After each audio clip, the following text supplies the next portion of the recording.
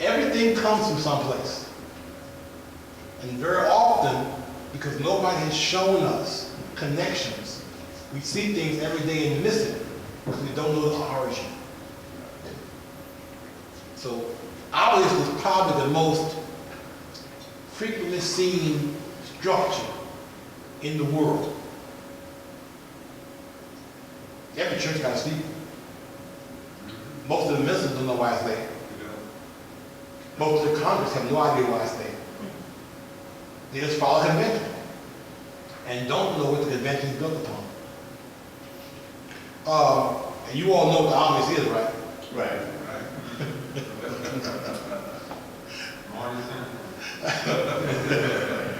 If somebody doesn't know, it's a phallic symbol. The story is that Osiris was murdered by his brother Set, cut up into 14 pieces buried around places. Isis, his wife, goes and finds all the pieces except one piece, the phallus, the penis. She has the obelisk constructed to represent the erect phallus of her dead husband, Osiris. People go to bars every day, I'm told. I don't go to bars, so I don't know. But people go to bars every day, and the first thing they ask is, what's your sign? I guess that's opening conversation in the bar. Well, just something as simple as what's your sign comes out of Egypt. Because they did the study to determine that it took the part of the universe that we're in, the planets following the sun, 26,820 years to go through the part of the universe we exist in to come back to the same spot. They call that the Great Year. They divided that into 12 parts that we now call ages. Each age was named with an animal, representor, and those are where we get the signs. What's your sign? I'm the Aquarius. I'm a Pisces. I'm a Sagittarius. Something as simple and everyday as that comes out of Egypt. People look in the paper every day, read their horoscope. The word horoscope is based upon the character of Horus. Horus is represented by the hawk. Hawks fly high. They can see far. So the concept of the horoscope, scoping out with horoscopes, is that if you can see what you're coming to before you get there, you can prepare for it. You read your horoscope so you can prepare for what's coming before you get there. Word hours comes from the word Horus. Everyday concepts we deal with every day and have no idea of where they originated and how deep the science is behind what we talk about in an offhand way. The zodiac, out of Kemet. And of course, here's the various ages. And this is how we know that the pyramid, the Sphinx, is much older than they told us. We're here right now, getting ready to move into the town of Aquarius. From the year 0, the birth of Christ, basically, until the middle part of the 21st century, we've been in the age of Pisces. Pisces represented by a fish, which is why Christians have the fish on the back of their car. They got it. They don't know why they have it, but that's why they have it. Let him roll that mic, because we've been in the age of Pisces. We're now moving to the age of Aquarius. This is the dawning of the age of Aquarius. To play here back in the 60s. Okay? They were announcing the fact we were moving into the dawning of the age of Aquarius. Certain things were supposed to happen in the age of Aquarius that'd be different from those things that happened in the age of Pisces. The character of Jesus is called the Piscean avatar, the symbol of the Piscean age. Behold, I'll make you a fisher of men. Now remember, before the Piscean age, we had the age of Aries. Aries is signified by the ram. Remember the Bible stories? When the story of Jesus is first told, ain't no fish involved because he wasn't here yet, according to the story. Before he got here, we had shepherds in the fields, right? Lamb, ram symbols. Think back now to the story of Moses. Moses was in an early age. According to the story, he goes up to the top of Mount Sinai to get the Ten Commandments from God. God wrote it with his finger on the tablets. He comes down, and the people have erected what? Calf. The golden calf. According to the story, they melted down their jewelry and made a golden calf. Well, the golden calf is the child of the golden bull, age of Taurus. What's that story about? Moses is trying to carry folks into a new dispensation, into a new age. They're holding on to the symbol of the previous age. According to the story, they had a big old fight and killed off a whole lot of people. And according to the story, God then says that y'all got to wander now for 40 more years till all the old folks who are still connected with the old symbols die out. So as we read through the Bible, a lot of times it ain't talking about what we think it's talking about. I'm going to do a workshop next month, which I'm going to talk about the children of Israel, character of Jesus, Solomon, go right on through the Bible and show that all those things relate to cycles of the sun. Some things, some stories that don't make much sense right now. You read them and you believe them with the world, it didn't make much sense. Gonna start making sense when you realize it ain't about what it's about. It's about something else. So we're now moving into the age of Aquarius. Aquarius is the feminine symbol. So it's not unusual that now more and more, who do we see coming to the forefront? Women. Women who have been suppressed over the last age of Pisces, which was a male-centered age. That may be good news for Hillary Clinton, I don't know. But all over the world, women are now moving into areas they did not move into before. I'm told there are probably more female women now in medical school than males.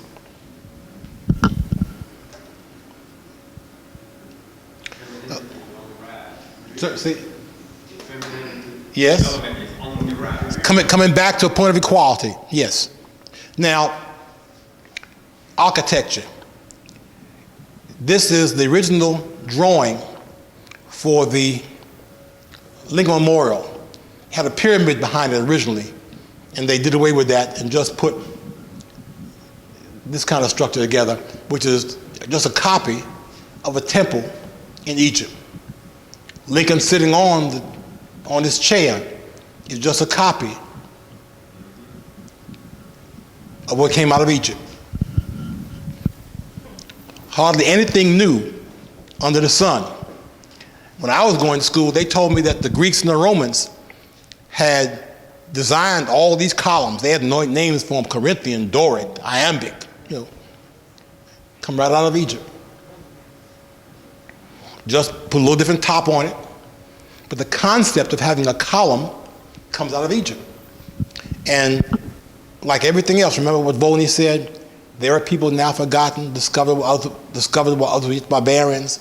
Laws of they built their stuff on the laws of nature. The folks in Kemet saw columns like trees holding up the sky. They related things to natural phenomena. I'm told that when they moved from one temple to another, they would actually take a part of the temple column and plant it in the floor of the new temple, like a seed. They saw a strong correspondence between what existed in life and the symbols they put together.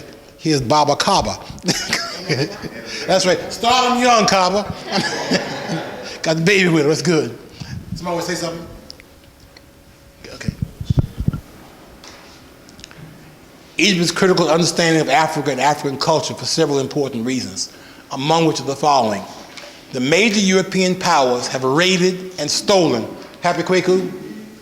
The major, you ain't paying attention. The major European powers have raided and stolen many of the priceless artifacts of Kemet and made those artifacts the centerpiece of major world museums, such as the London Museum, the Berlin Museum, the Moscow Museum, the New York Museum, the Chicago Museum, the San Francisco Museum, the Louvre, and the Smithsonian.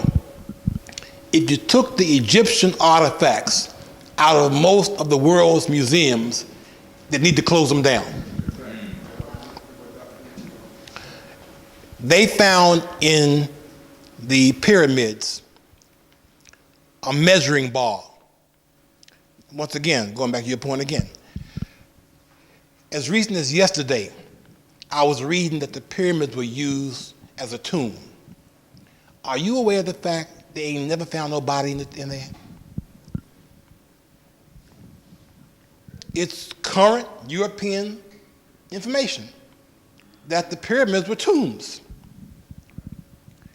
when almost assuredly the Giza pyramids were observatories. They were lying to the stars. But again, your children reading grade school books and even encyclopedia will read that the pyramids were tombs, because the wrong people are interpreting what they saw there. The pyramids and the Sphinx are located at the geographical center of the earth. Now, I'm going to talk about that later on when I talk about Egyptian science. You know what that means? That means that folks knew that the earth was round and they knew how large it was. You can't put something at the geographical center of a planet unless you know how big the planet is. Okay? But this point, if you took Egypt out of the world's major museums, in most cases, you need to shut the suckers down. They don't have anything else worthwhile in there. That measuring stick they found in the pyramids now sits in the Louvre Museum. Who knows what it's currently called? The meter bar. That's the stick by which they now have organized metric counting. The entire planet now is shifted over from inches and feet to meters. The foot was originally based upon the size of the king's foot, which was irrelevant to start with. Whereas the meter bar is based upon the decimal system, which is much more accurate and makes much more sense. When Andrew Jackson saw the Mississippi River and the point where Memphis is now located, it reminded him of Memphis in Egypt, which is why he named it Memphis. And now, of course, what the people that run the city have done is to build casinos and hotels and whatnot that have Egyptian themes to highlight the fact that Memphis, Tennessee, is a copy of Memphis, Egypt. And I would dare say most of the folks who live in Memphis probably have no idea how their city even got named. I think it was Kwaku some time ago sent me an article. They also have amusement parks in Memphis. And in one of the amusement parks, they have I think it's a Sphinx. And you got a roller coaster riding all through the Sphinx. I think you go up the arm, come out the eye, something like that. When you think about it, that's taking the very high religious symbol and reducing it to a joke. But once again, I'm sure our folks riding that roller coaster have no concept that they're denigrating a high cultural symbol because they don't know what it is. Here's Notre Dame, main cathedral in Paris. Why would I show that? Well, you may not know it, but Gauls of the Parisi tribe settled in the area that became Paris between 250 and 200 BC. When? Between 250 and 200 BC. What does BC mean? Before Christ. So these people had settled in this area before there was Christianity. Okay, that's important. And founded a fishing village on an island in the river that is on the present-day Ile de la Cité, the centers around which Paris developed. So Paris is an abbreviation of Parisi. There's also a place on the river, Nile River, called Paris. Okay? Memphis, now Paris.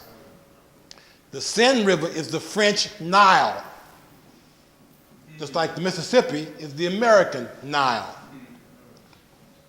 The cult of the Black Madonna is clearly found behind the building in Notre Dame Cathedral, and many of the other structures in Paris and other civic centers are from Egypt. See the obelisks, the pyramids, the sphinxes, gargoyles, etc. The word Paris derives from a mainland Celtic tribe called the Parisi, who settled in the area circa 250 BCE. The first mentioning of the name Paris as a city appeared in 207 CE of the Common Era, after the birth of Christ, in a text called Civitas Parisium, which I'm guessing is from the name, which would be a population census ledger. Now, why is that important? That's important because the word Paris literally means Parisidos, for Isis. They call the Cathedral of Our Lady, and of course we're in the Christian era now, so the lady is Mary. But remember, the city of Paris was established before there was a Christian church. Isis was the ruling female then. Okay? So the Cathedral of Notre Dame, the first Notre Dame, the first Our Lady, was Isis. And I read again, I can't say for sure, I haven't seen it. I'm told that the main altar in Notre Dame was the altar they used when they had the temple dedicated to Isis. It's all around you. Once again, Egypt's critical understanding of Africa and African culture for several important reasons, among which are the following. The people of Kemet created a highly symbolically abstract form of cosmology, where metaphysical principles common to all people in Africa were translated into humans, animals, and plants, personifications, whose deepest meaning was hidden from all except the spiritually initiated. They recognized that information could be misused unless you had been properly trained how to handle it. My reading tells me that the young Europeans